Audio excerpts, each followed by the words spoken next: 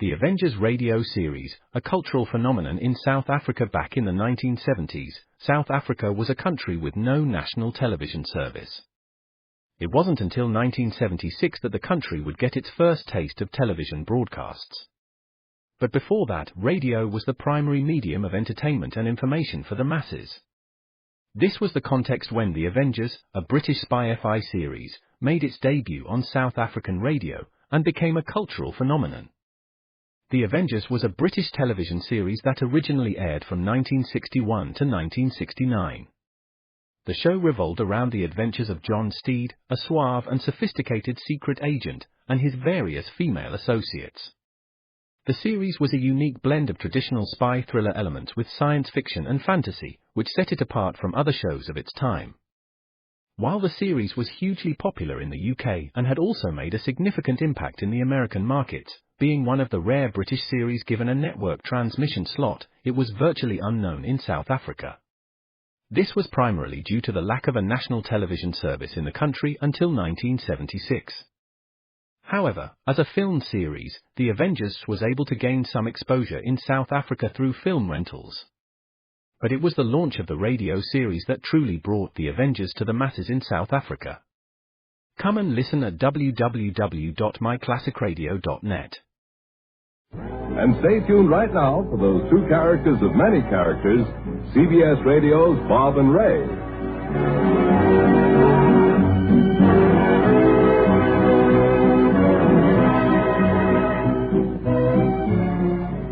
And now, Bob Elliott and Ray Goulding take great pleasure in presenting the CBS Radio Network.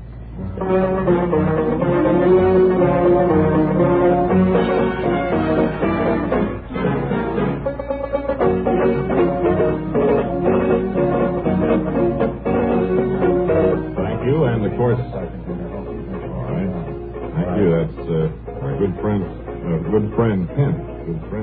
Good friend Kent Lyle Birdsley, our guest announcer who we're talking to all this week. And he's one of the great old-time voices in radio. A lot of you have dropped this line in the mail to say that you remember him very warmly.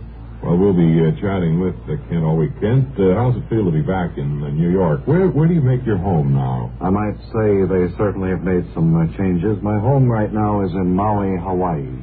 Oh, really? The islands of Hawaii. It's a beautiful country, but I don't know just how long I'll be before I go back there. I was sitting over at the world-famous Radio Announcers Club here in Midtown last evening, and we were talking and reminiscing about you.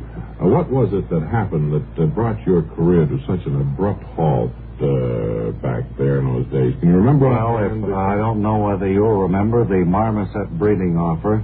Well, no, I was a kid, really, when you were doing those offers during the night. So, what was that, a marmoset? Well, we offered to send 2 baby marmosets to anyone, and they could start raising them at home. At home, they were clean pets and made rather friendly pets to have around the house. Yeah. And we ran into difficulties there. By that, you mean they weren't marmosets, or they bit the people, or what? Some of them were marmosets. And some weren't. I see. That was an announcement you made, I think, around 2 a.m., wasn't it? Yes, it was an early morning announcement. Well, you know, at that time when you're making those announcements, people are half asleep, and they don't really know what they're hearing, do they, really? Well, they know, subconsciously, they know, Ray. They get the general message. What else happened besides the marmosets? Well, there were the balloon offer backfire on you? Balloon offer backfire. They, no pun intended, of course, there. They just, what? No pun, I say, intended. Not that I know of. Oh. Great sense of humor. Kent Lyle Birdsley, folks, one of the old-time radio announcers. I'd like to come back a little later in the program and I didn't want to talk to you now anyway. Reminisce about some more old-time radio. I do want to remind all of Webley Webster's friends before we get to the graphologist. Mr. Plummer, you all set? Yes. Glad to get you on today because you're eating us out of house and home over there at the Bob and Ray Hotel. Yes.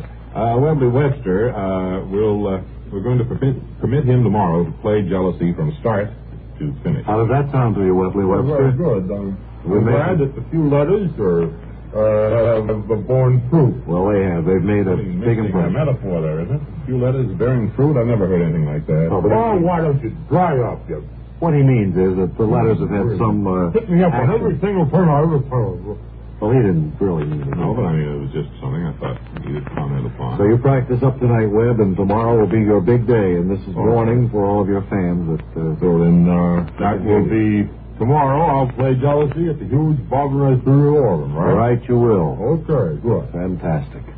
Now then, Mr. Plummer, come on up here, sir. Sit down. All right, please. Gee, we seem to be very talky here tonight, don't we?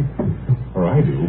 I might say before we begin, the food is very good over at the Bob and Ray Hotel. Boy, I mean, I've been looking over some of the bills you've been signing, and I'm not one to complain, or I don't think Bob and Ray have ever been accused of being, tight with money, but those big steaks you have every night. It's been an opportunity for me to kind of live it up, and I've certainly enjoyed it. Well, anyway, so long as you're here, and we might as well talk to you. As you recall, friends, Mr. Plummer here is the gentleman who broke the famous Swanson kidnap case wide open with his expert analysis of the kidnapper's ransom note. And if my memory serves me correctly, you made the analysis in only 5 minutes. Yes, that's right. I looked over the ransom note, saw that it was typewritten, and I reported to the police that the letter was typewritten. Well, it created quite a stir down at police headquarters, didn't it? Yes, they were quite excited about it. At the time, they'd been looking for a man whose handwriting resembled typing. Well, Mr. Plummer, the reason you're here tonight... They found the typewriter, but the kidnapper was never caught. Well, all right, so we thought it would be nice if you could analyze the handwriting. Well, personally, I think the letter was typed by the kidnapped boy. Oh? That, I mean, I think he was after an increase in his allowance. Just kidding around.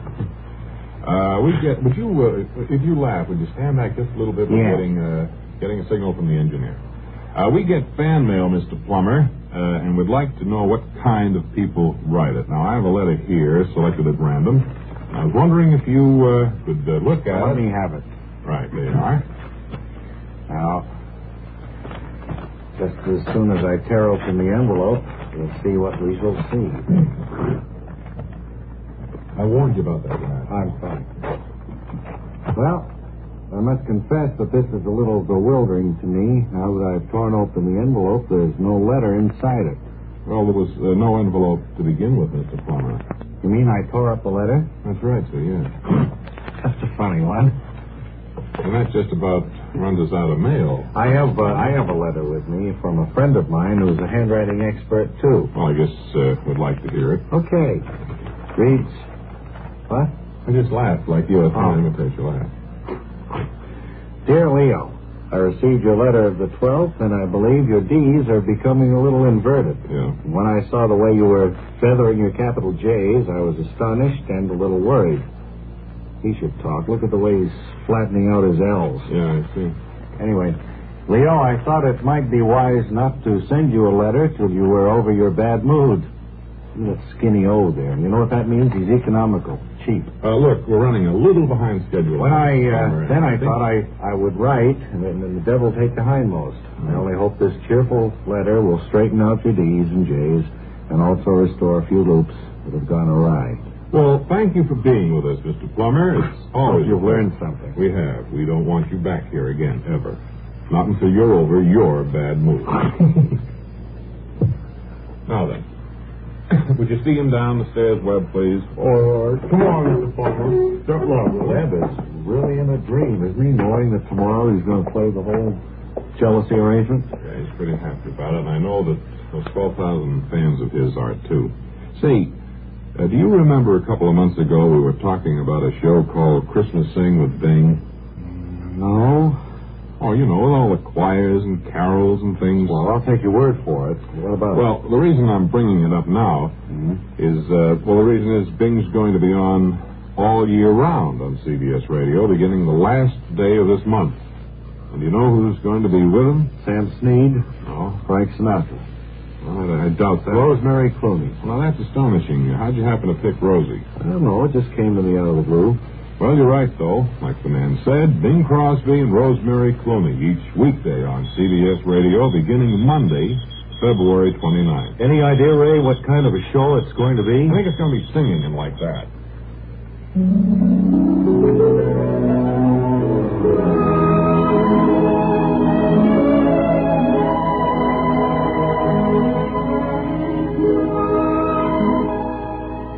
And now, One Fella's Family, brought to you as a public service by the Keep Grand Canyon Clean Committee. One Fella's Family. Oh, I'm confused now that it's sponsored. I could do the announcing if you'd like to. All right, would you try it? Please, go ahead. Today's episode entitled Lakey Roof, taken from Chapter 20, Book 14, pages 1, 2, and 3, and 58. It's early morning as we join Mother and Father Butcher in the kitchen room of their small house overlooking the Pacific Ocean. A gentle breeze is blowing from the east toward the house. Well, why did they let this fellow? And a group of seagulls flies by. Will you please? No need to ad lib. He's just filling up. He had 2 lines. Well, he was just trying to help. Will you, Cass, go ahead with it? Well, Father, we certainly needed rain, but did we need this much? I've never seen so much rain in 6 hours in my life. Certainly unusual for this part of the United States. But how do they measure rain anyway? You know, they'll say there was 1 inch fall, 2 inches. I've seen puddles outside the driveway that are 4 inches. I've often wondered about that myself. I've heard it explained they have a little drip pan placed out, which they catch the water and measure it. I see. But I would think a drip pan 1 foot square would collect more water than 1 2-foot square. Moment, the drip. I think we need a drip pan ourselves. Look over there, by the pantry. Yes, there's water dripping down through there, Fanny. Now, what kind of a job do you suppose the roofer did when he fixed our roof 12 years ago? Yes, not a very good one indeed. Probably in a hurry to get to another job.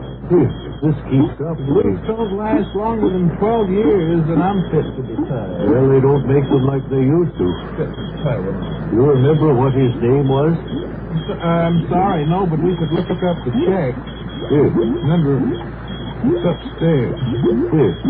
It's plaster now. Getting all icky. It's all falling away there. Better move that pot of soup you were cooking on the stove. Doesn't look like the rain is going to let up very soon, Sandy. No fun sitting here under a leaky roof.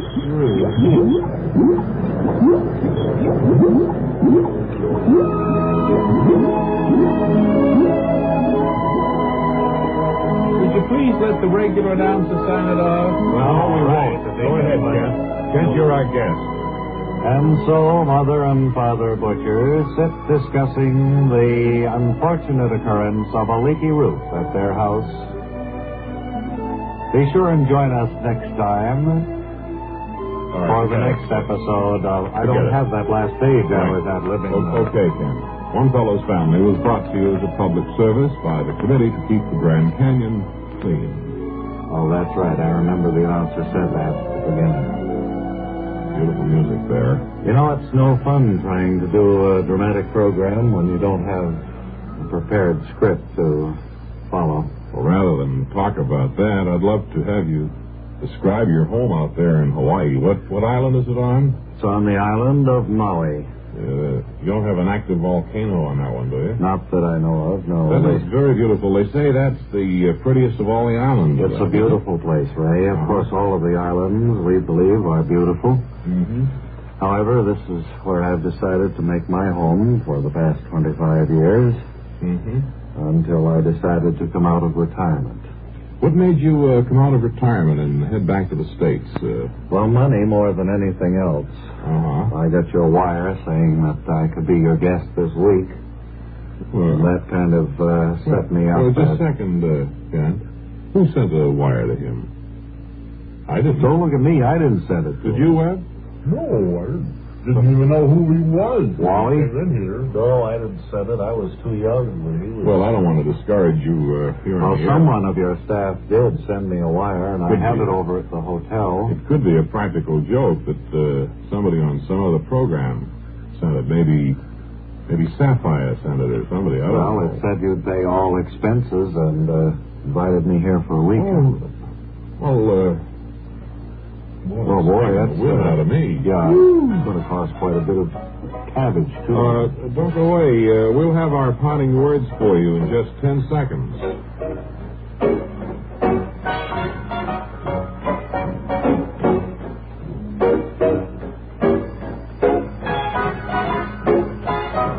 I don't mean to complain, but, you and Plummer, this adds up. Oh, until tomorrow, this is Ray Goulding reminding you all to write if you get work. Bob Elliott reminding you to hang by your thumbs.